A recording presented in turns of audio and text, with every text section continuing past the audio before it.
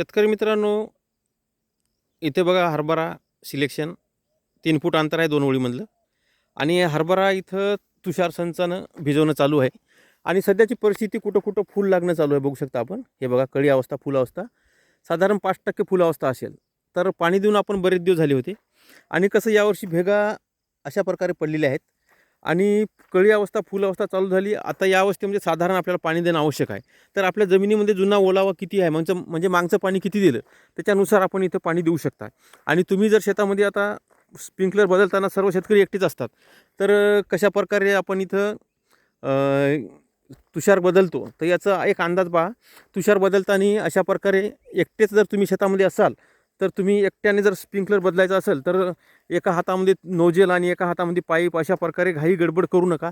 कारण कधीही काम चांगल्या प्रकारे करायचं असेल तर एकदम चांगल्या प्रकारे, त्यासाठी आपल्याला एकच महत्त्वाचं आहे, पद्धतशीर एका हातामध्ये तोटी, एका हातामध्ये पाईप असं उचलून घेण्यापेक्षा सरळ सरळ एकच पाईप, त्याला एक तोटी, अशा प्रकारे एकदाच उचलायचं आणि ते दोन्ही पण आपण सोबत घ्यायचं.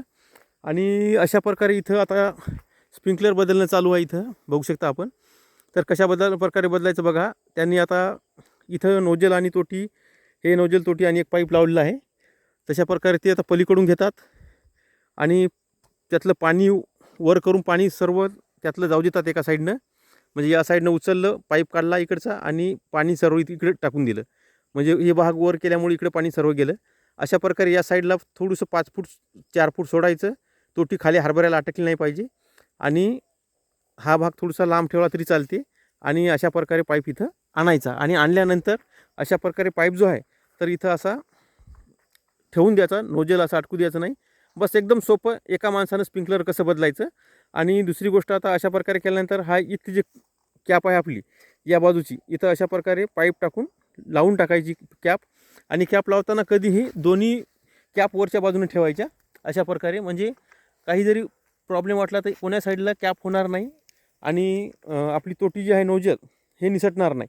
आणि अशा प्रकारे तिथल्या पण कॅप तपासायच्या. नंतर पुन्हा जायचं आणि तिथले पुन्हा पाईप घेऊन यायचे. तर अशा प्रकारे स्प्रिंकलर कमी वेळामध्ये आपण 10 नोजल, 12 नोजल, जे काही नोजल असतील आपल्या पंपानुसार, मोटरनुसार, त्यानुसार आपण इथल्या बदलून घ्यायची आणि आपलं स्प्रिंकलर एकदम चांगल्या प्रकारे बदलून घ्यायचं.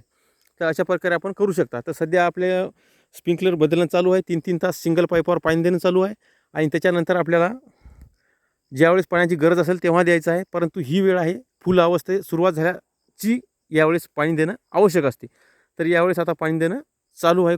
फूल लागायला सुरुवात झाली म्हणजे पाणी द्यायला सुरुवात करावी लागते. तर अशा प्रकारे स्प्रिंकलरचं पाणी यावेळेस असं आपण देऊ शकता.